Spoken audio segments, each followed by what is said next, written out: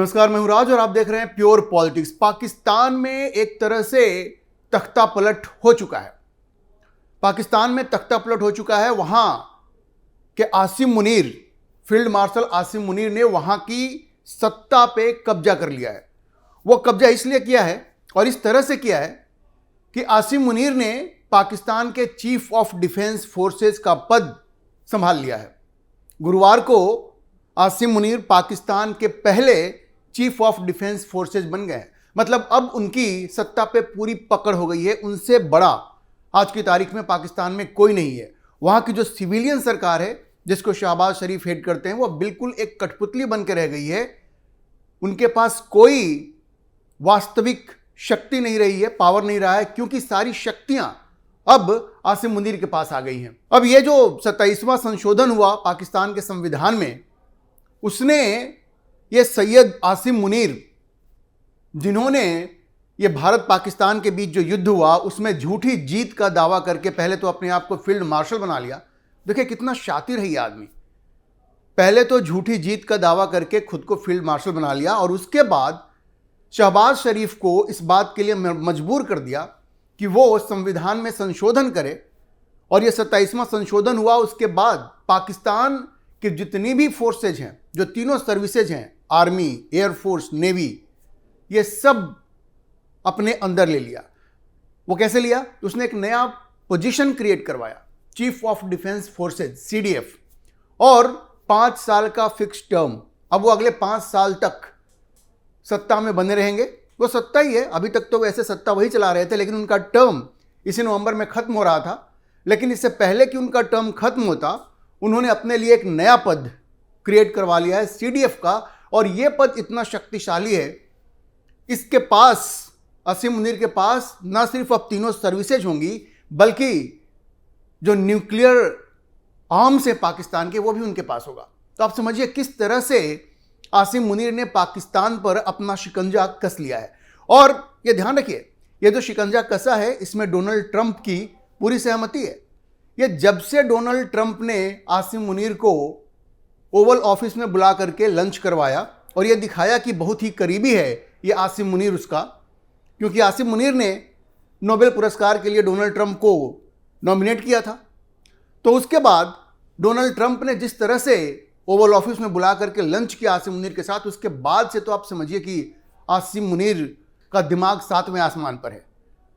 7वें आसमान पर है, आप समझ लीजिए, क्योंकि भारत के साथ भी बार बार वो पंगे ले रहा है, भारत में आतंकवाद को बढ़ावा दे रहा है। उसके अलावा शहबाज शरीफ को भी, जो उसका अपना प्रधानमंत्री है, उस पर भी दबाव डाल करके वो हर अपनी मनमानी मांगे जो हैं वो पूरी करवा रहा है। तो आज अगर पाकिस्तान में ये तख्ता पलट हुआ है, इसको तख्ता पलट ही कहेंगे। ये बहुत ही शांति से तख्ता पलट हुआ है, जिसमें अब पूरी शक्तियां आसिम मुनीर के हाथ में आ गई हैं। वहां के सिविलियन गवर्नमेंट के पास अब कुछ भी नहीं बचा है। वो कहने के लिए कठपुतली सरकार रह गई है। इसमें ट्रंप की पूरी सहमति है। और अब ये मुनीर और ट्रंप, एक तरह से आप समझिए तो मुनीर ने ट्रंप के हाथों पाकिस्तान को बेच दिया है, क्योंकि बलूचिस्तान में रेयर अर्थ मिनरल्स का सौदा उसने ट्रंप के साथ किया है। अब अमेरिका के पास पूरा एक्सेस होगा। और इस बात को लेकर के चीन भी नाराज है कि भाई दोस्ती तो हमसे की और रेयर अर्थ मिनरल्स जो है वो सब आपने अमेरिका को दे दिया। उसके अलावा आसिम मुनीर देखिए कितना शातिर आदमी है। जो क्रिप्टो की डील हुई है, ये भी उसने डोनाल्ड ट्रंप के साथ किया है, क्योंकि उसको मालूम था कि डोनाल्ड ट्रंप का बड़ा इंटरेस्ट है क्रिप्टो करेंसी में। तो क्रिप्टो की जो डील हुई है, उसमें जो कंपनी अमेरिकन है, उसमें 60% से ज़्यादा डोनाल्ड ट्रंप के परिवार का शेयर है। और इधर से जो कंपनी है उसमें आर्मी का भी हिस्सा है। तो ये एक तरह से दोनों मिल करके, आसिम मुनीर और डोनाल्ड ट्रंप, ये बड़ी खतरनाक जोड़ी बन गई है। और भारत के लिए भी ये बड़ी चिंता की बात है। ये जब तक अभी अगले 3 साल तक डोनाल्ड ट्रंप ऑफिस में रहेंगे और जिस तरह से उन्होंने आसिम मुनीर को अपना समर्थन दिया है, और उस समर्थन के दम पर जिस तरह की हरकतें आसिम मुनीर कर रहा है, भारत को भी परेशान कर रहा है। भारत में भी आतंकी गतिविधियों को बढ़ावा दे रहा है। आपने देखा पहलगाम में क्या हुआ। आपने देखा कि अभी दिल्ली के लाल किले के पास ये जो सुसाइड बॉम्बिंग हुई, उसके तार भी जैश ए मोहम्मद से जुड़े हुए थे। इनके सारे हैंडलर्स, ये जो डॉक्टर उमर था अल फलाह यूनिवर्सिटी का, इसके पूरे ग्रुप का हैंडलर कहाँ का था? पाकिस्तान का था। तो ये ट्रंप ने एक बहुत ही बड़ी मुसीबत खड़ी कर दी है इस पूरे खित्ते में।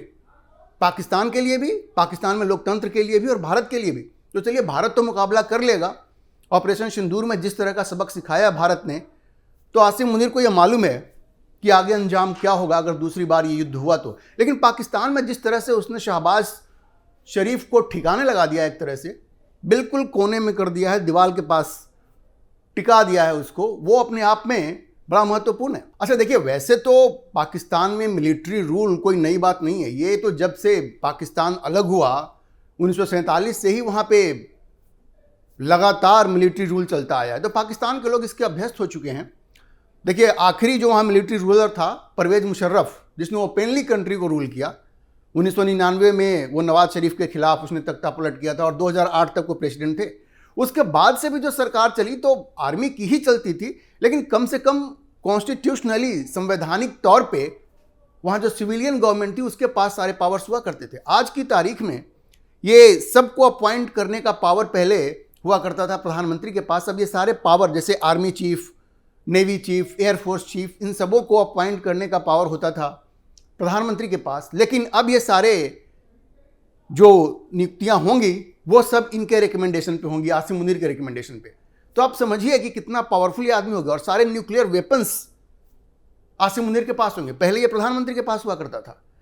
तो सारी शक्तियां जिस तरह से आई हैं, तो ये जो मिलिट्री रूल का एक नया दौर पाकिस्तान में शुरू हो रहा है, ये अपने आप में बड़ा डराने वाला है। पाकिस्तान के लोग भी इससे खुश नहीं है। देखिए, इमरान खान को इन्होंने जेल में पकड़ के बंद कर तो दिया, लेकिन इमरान खान ने एक कमाल तो जरूर किया। उसने वहाँ के लोगों को ये समझा दिया कि ये जो आर्मी है ये तुम्हारी दोस्त नहीं है, मित्र नहीं है। और पाकिस्तान में कम से कम कभी आर्मी के खिलाफ आवाज़ नहीं उठती थी, लेकिन अब आर्मी के खिलाफ भी आवाज़ उठ रही है। और ये क्रेडिट तो इमरान खान को जाता है। मैं अभी आपको बताऊंगा कि इमरान खान की मौत के बारे में सच्चाई क्या है और किस तरह से ये आसिम मुनीर ने जैसे ही सत्ता हथियाई वहाँ पे, वैसे ही ये इमरान खान के मरने की जो खबर आई उसके बाद से किस तरह से पाकिस्तान में चारों तरफ एक विद्रोह शुरू हो गया है। लोग सड़कों पे आ रहे हैं, चारों तरफ बिल्कुल अफरा तफरी का माहौल है। कहीं पे आग लगाई जा रही है, कहीं पे हिंसा हो रही है, लोग सड़कों पे आ रहे हैं, आर्मी को गाली दे रहे हैं। और पीटीआई के जो वर्कर्स हैं, जो इमरान खान की पार्टी के वर्कर्स हैं, वो खुल करके आर्मी के खिलाफ बोल रहे हैं, उनको गालियां दे रहे हैं। ऐसा पहले कभी पाकिस्तान में नहीं हुआ था। मैं अभी इमरान खान के बारे में आपको बताऊंगा, लेकिन उससे पहले मैं आपको ये बताऊं कि आसिम मुनीर ने ये जो सत्ता हथियाई है उसके संकेत तो कुछ समय पहले से ही मिलने लगे थे। जब जैसे वो ट्रंप से मिलने गए, ये बहुत अनप्रेसिडेंटेड था। अमेरिका का राष्ट्रपति कभी किसी आर्मी चीफ से नहीं मिलता अनलेस कि वो उस देश को रूल कर रहा हो। डिक्टेटर से मिलते थे वो, लेकिन पाकिस्तान में ये स्थिति नहीं थी। पाकिस्तान में एक चुना हुआ प्रधानमंत्री था, लेकिन ट्रंप मिले आसिम मुनीर से और तब से ये संकेत मिलने बड़े स्पष्ट हो गए थे कि आसिम मुनीर तो कुछ करेगा और इस सत्ता पे पूरी तरह से अपना कब्जा करेगा, और वो उसने कर लिया है। इससे संकेत पहले से मिलना शुरू हो गए। उसके बाद से जो भी इंपॉर्टेंट मीटिंग्स हुई हैं पाकिस्तान के हेड ऑफ स्टेट की, उसमें आसिम मुनीर को आप देखेंगे। अगर वो सऊदी अरेबिया जाते हैं तो मुनीर भी होते थे, शहबाज भी होते थे। तो इस तरह से इसके संकेत पहले से ही मिल रहे थे और अब जाकर के मुनीर ने बिल्कुल सत्ता पे कब्जा कर लिया है। अच्छा, अब इमरान खान पे आते हैं। देखिए, ये ऐसे वक्त में आसिम मुनीर ने ये सत्ता हथियाई है, तख्ता पलट किया वहाँ पे एक तरह से, जब इमरान खान के मौत की खबर चारों तरफ फैली हुई है। इसके बारे में सोशल मीडिया हो या पाकिस्तान के अखबार हो, सब लोग लिख रहे हैं कि इमरान खान के मौत की जो खबर है वो कितनी सही है, कितनी गलत है, इस पर चर्चा हो रही है। अब देखिए, इमरान खान को 2023 से, अगस्त 2023 से इन लोगों ने पकड़ के बंद किया हुआ है और ये 14 साल का सेंटेंस उनके ऊपर है करप्शन के चार्ज में। और इमरान खान का तो कहना है कि भाई ये सब के सब पॉलिटिकल केसेज हैं, लेकिन मिलिट्री उसको रिजेक्ट करती है। अब ये जो बात फैली इमरान खान की मौत की, वो कहाँ से फैली, वो समझने की जरूरत है। दरअसल वहाँ ये व्यवस्था है कि जिस अडियाला जेल में बंद है इमरान खान, वहाँ हर सप्ताह कम से कम लोगों को मिलने की इजाज़त होती है उनसे। लेकिन 4 नवंबर से किसी को मिलने की इजाज़त नहीं दी गई है।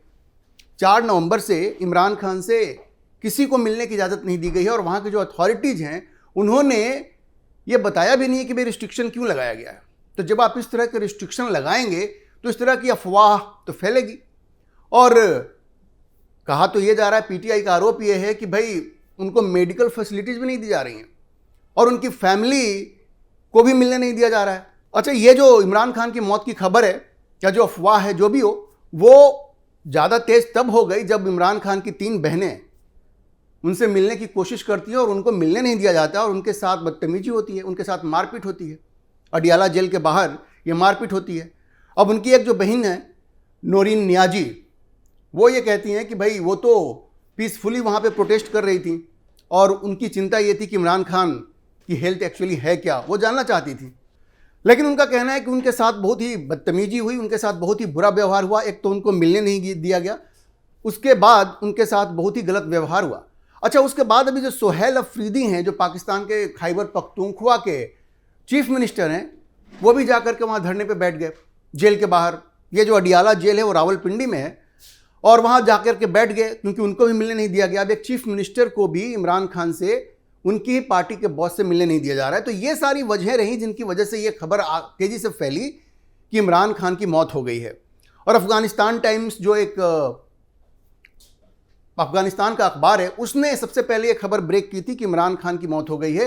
हालांकि मैं आपको बताऊं कि पाकिस्तान की सरकार की तरफ से अब ये क्लैरिफिकेशन आ गया है कि इमरान खान की मौत नहीं हुई है और वो स्वस्थ हैं, बिल्कुल स्वस्थ हैं, ऐसा इमरान खान की सरकार की तरफ से कहा गया है। अब ये जो अडियाला जेल एडमिनिस्ट्रेशन है, उसने ये कहा कि भाई ये सब अफवाह है और इसमें कोई सच्चाई नहीं है, इमरान खान बिल्कुल स्वस्थ हैं, ये उनका कहना है। और रावलपिंडी जेल में ही, अडियाला जेल में ही है, उनको कहीं बाहर ले जाने की कोई योजना नहीं है। पहले ये भी कहा जा रहा था कि शायद उनकी बॉडी को कहीं और लिया जा रहा है, जीवित हो या मृत हो, लेकिन ये क्लैरिफिकेशन आ गया है कि भाई वो स्वस्थ हैं।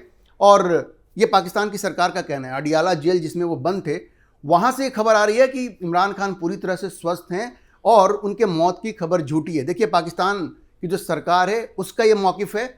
ये भी एक हकीकत है कि उनको किसी से मिलने नहीं दिया जा रहा है। तो सवाल ये उठता है कि अगर वो स्वस्थ हैं तो उनको किसी से क्यों नहीं मिलने दिया जा रहा है, ये सवाल है। और इसलिए ये जो अभी र्यूमर्स चल रहे हैं, जो बातें चल रही हैं सोशल मीडिया पे, वो पूरी तरह से ख़त्म हो गई हैं। ऐसा नहीं कहा जा सकता जब तक कि इमरान खान को उनके परिवार से मिलने की इजाज़त नहीं मिलती है या उनके पार्टी के लोगों से उनको मिलने की इजाज़त नहीं मिलती है, तब तक ये जो अफवाह चल रही है, सोशल मीडिया पे जो बातें हो रही हैं, वो ख़त्म नहीं होंगी। ये पाकिस्तान की सरकार को समझना पड़ेगा।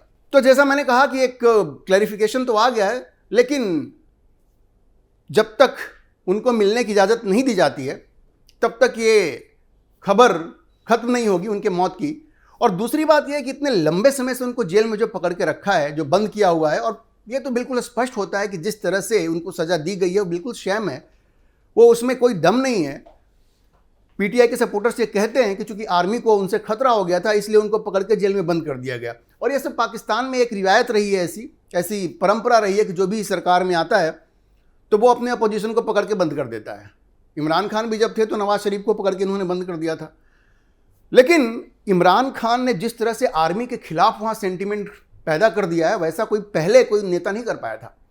और अगर देखिए इस तरह से लोगों के अंदर जो आक्रोश है, पाकिस्तान के लोगों के अंदर इमरान खान की गिरफ्तारी को लेकर और अब उनकी मौत की खबरों को लेकर के जो आक्रोश है, उसके साथ अगर आप जोड़ दीजिए कि बलूचिस्तान में ये जो आज़ादी की लड़ाई चल रही है और वहाँ पे जो हिंसा हो रही है, वहाँ के लोग पाकिस्तान के सैनिकों को पकड़ के जिस तरह से मार रहे हैं और पाकिस्तान के सैनिक भी जिस तरह से निहत्थे वहाँ के लोगों पे अत्याचार कर रहे हैं, अगर इनको आप सबको मिला करके देखेंगे तो पाकिस्तान की स्थिति इस वक्त बेहद ख़राब है। इसके अलावा अफगानिस्तान का जो बॉर्डर है वहाँ पे टीटीपी लगातार अटैक कर रही है, अंदर आकर के अटैक कर रही है। और अफगानिस्तान जो तालिबान है, जो TTA है, उसको तो अभी उसके 10 लोगों को जाके पाकिस्तान ने मार दिया, ऐसा उसका आरोप है। और अब वो कह रहा है कि वो बदला लेगा। पहले भी उसने बदला लिया है और वो तो बदला ऐसा लेता है कि सीमा के अंदर घुस जाता है, चौकियों पे कब्जा कर लेता है, और वो सब कुछ अभी चल रहा है। तो अगर इन सारी चीज़ों को मिला करके देखें, इमरान खान की मौत की खबर को लेकर के वहाँ जो आक्रोश है, बलूचिस्तान में जिस तरह का विद्रोह चल रहा है, TTP जिस तरह से आक्रमण कर रही है वहाँ पे, इन सबों को अगर देखा जाए तो असीम मुनीर के लिए आज की तारीख में हालात बहुत ख़राब है। वो भले उन्होंने सत्ता हथिया ली है, लेकिन उनकी चुनौतियाँ और बढ़ गई हैं और ये ट्रंप का सपोर्ट ये ज़्यादा दिन चलेगा नहीं। इस बात की पूरी संभावना है कि किसी भी दिन पाकिस्तान के जो लोग हैं उनका सब्र का बांध टूट जाएगा और आसिम मुनीर को पाकिस्तान छोड़ के भागना पड़ेगा। वो दिन अब दूर नहीं है, ये बहुत स्पष्ट है। अभी के लिए इतना ही। इस विषय पर आप क्या सोचते हैं अपनी राय कमेंट बॉक्स में ज़रूर लिखें। और अगर आपको वीडियो पसंद आया तो आप इसे लाइक करें, शेयर करें और हमारे चैनल को सब्सक्राइब जरूर करें।